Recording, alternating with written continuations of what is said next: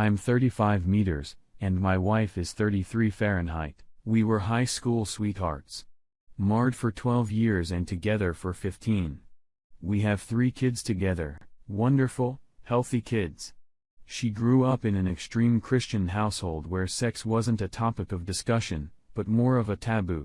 You save yourself for marriage, husband, and figure out the rest later.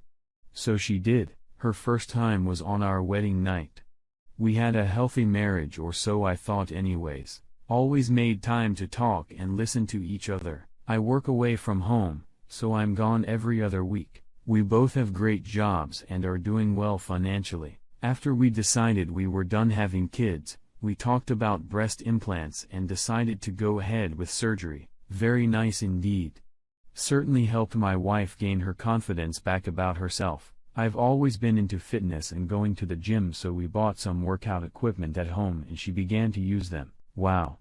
She made great progress, and she wanted to share that with others, so she talked to me about wanting to make an Instagram fitness page to show her journey. I shared my concerns with that and the negative attention that will bring, but ultimately decided to support my wife's new hobby. I get home from work one day a few months later to my wife crying and telling me she needs to show me something. Someone had sent her a nude picture of herself saying they found it on a porn site and just wanted to let you know.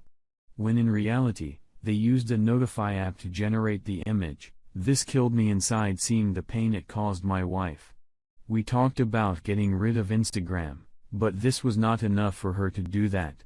Over the next few months, her posts changed from helping people and documenting her journey to showing her body off with less clothing. August 2021, I have my own health concerns with left testicle pain that lasted for 2 months. Many trips to the doctor and having a ultrasound clears me of cancer. In the meantime, my wife starts becoming emotionally distant, and I'm trying to figure out why. In October, I'm still struggling big time with my libido and drive for life.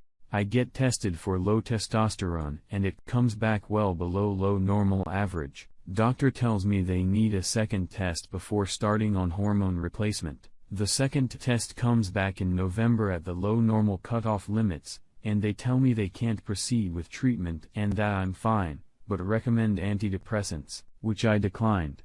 That week, I get another blood test from a hormone replacement clinic and book in for consultation in early January. Early DEC 2021 rolls around, and my wife loses her uncle and her grandmother 7 days apart. A major loss for the family. I come home from work early and take extra time off work to support my wife because she isn't doing well at all. It killed me inside having to go back to work after 2 weeks knowing my wife is still grieving such loss.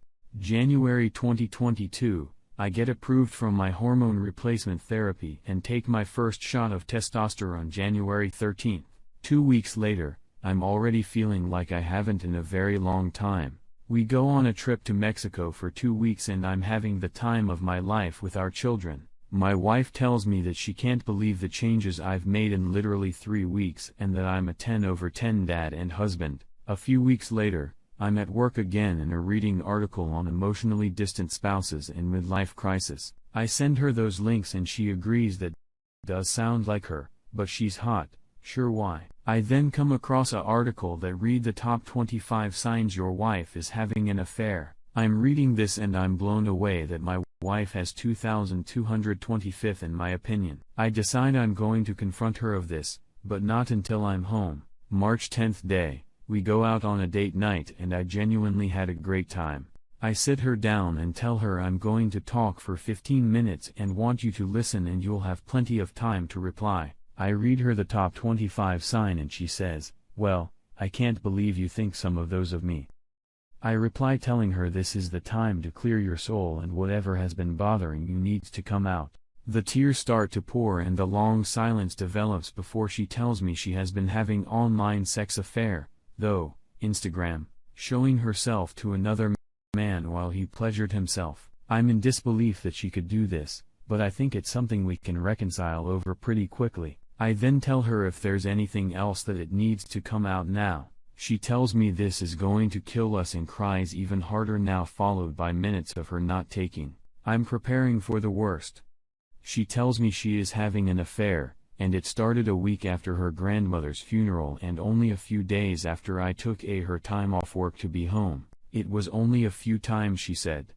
It ended in January. As I come to find out, this is for only half-truths to come out and only as much information as to limit the damage and fallout effect of the affair. A few days of seriously talking all day, a night with no sleep, all the details start to come out that the affair was alive and very much active until the night I confronted her of 1,000 of text messages and averaging 4 hours of phone calls a day. They would meet in random parking lots in the back of a truck, hotels, AP's home. And the last time in my own home with our 3 children sleeping upstairs while I'm away at work, 11 confirmed times in 2.5 months. But as high as 15 minutes 20, as she can't remember all the dates. She told me she was headed to the gym, but in reality meeting him in a parking lot. She has a IUD. No condoms were used. I asked her to pack her stuff and move out. The kids had the worst week of their lives.